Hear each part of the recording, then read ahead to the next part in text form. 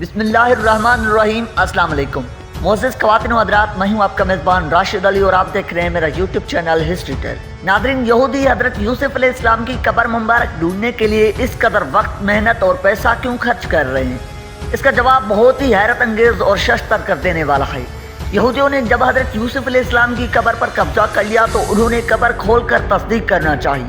قبر کھولنے پر انہیں کیا نظر آیا جس نے یہودیوں کی چیخیں نکلوا دی اور وہ اپنے تمام منصوبوں میں ناکام ہو گئے۔ آج ہم آپ کو ان تمام سوالوں کے تفصیل کے ساتھ جواب دیں گے کہ حضرت یوسف علیہ السلام کی قبر مبارک کہاں پر ہے، ان کی قبر مبارک کی برکات سے یہودی کیا حاصل کرنا چاہتے ہیں، مسلمانوں کے ساتھ ان کی قبر پر یہودیوں کا کیا جھگڑا ہے۔ ناظرین، حضرت یوسف علیہ السلام بنی اسرائیل کے ابتدائی پیغمبروں میں سے ہیں۔ حضرت یوسف علیہ السلام حضرت یعقوب علیہ السلام کے سب سے آخری سے پہلے نمبر والے بیٹے تھے اور حضرت یعقوب علیہ السلام کی آخری بیوی کے اولاد سے تھے۔ حضرت یوسف علیہ السلام کے 10 بھائی سوتیلے ماؤں سے تھے اور ایک ہی بھائی سگا تھا جو ان کی اپنی ماں کے بدن سے پیدا ہوا اور ان کا نام حضرت بنیامین تھا، جس کی وجہ سے آج بھی یہودی قوم کا نام یہودی ہی لیا جاتا ہے۔ حضرت یعقوب علیہ السلام وہ پیغمبر ہیں جن کا لقب اسرائیل تھا، انہی کی مناسبت سے یہودی بنی اسرائیل بھی کہلاتے ہیں۔ ناظرین، حضرت یعقوب علیہ السلام اپنی تمام اولاد کے ساتھ موجودہ فلسطین، جسے اس زمانے میں کنعان کہا جاتا تھا،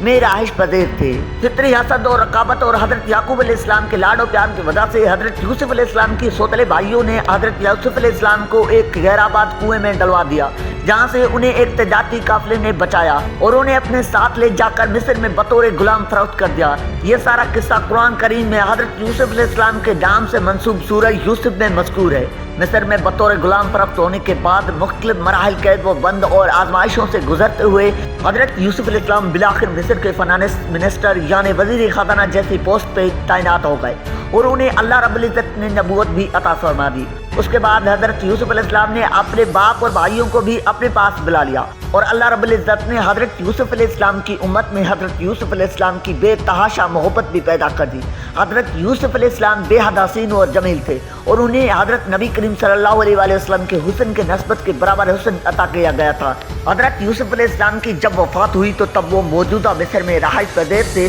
اور انہیں وہیں پہ دفن کیا گیا۔ حضرت یوسف علیہ السلام کی تدفین پہ ان کی عقیدت مندوں اور امتیوں کے درمیان اختلافات پیدا ہوا، کیونکہ ہر شخص چاہتا تھا کہ انہیں ان کے علاقے میں دفن کیا جائے تاکہ ان کی برکات سے مستفید ہوا جا سکے۔ بالآخر ایک شخص کی تصویر پر حضرت یوسف علیہ السلام کو دریائے نیل کے درمیان میں ایک سنگ مرمر کے تابوت میں رکھ کر دفن کیا دیا گیا تاکہ ان کی برکات دریائے نیل کے پانی کے سبب پوری مصر میں ہر جگہ پہنچ سکے۔ مصر میں دریائے نیل کے پانی کو آج بھی بنیادی حیثیت حاصل ہے۔ وقت گزرتا گیا جب بنی اسرائیل کے درمیان یہودیوں کے سب سے بڑے پیغمبر حضرت موسیٰ علیہ السلام مبعوث کیے گئے اور انہوں نے بنی اسرائیل کو لے کر مصری فرعون کی حکومت سے فرار ہونا چاہا اور سمندر کے کنارے پہنچے تو اس وقت بنی اسرائیل کے لوگوں نے کہا کہ حضرت یوسف علیہ السلام نے ان سے ایک وعدہ لیا تھا کہ جب کبھی بنی اسرائیل مصر سے فلسطین واپس جائیں یعنی کنعان جائیں تو ان کے تابوت کو ساتھ لے کر جائیں۔ اس وقت بنی اسرائیل میں سے کوئی شخص بھی نہیں جانتا تھا کہ وہ تابوت کہاں دفن ہے، کیونکہ اس دوران کئی زمانے گزر چکے تھے اور لوگ حضرت یوسف علیہ السلام کی قبر کے نشانے کو بھول چکے تھے۔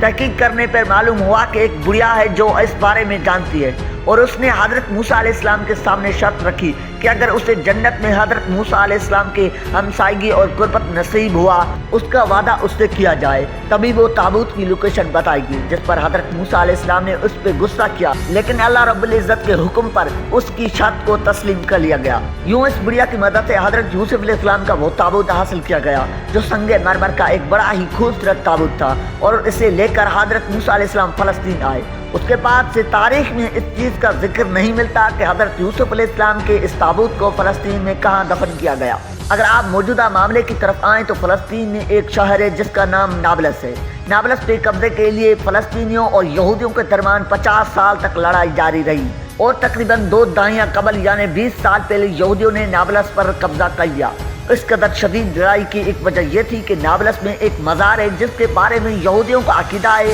کہ وہ مزار حضرت یوسف علیہ السلام کا ہے۔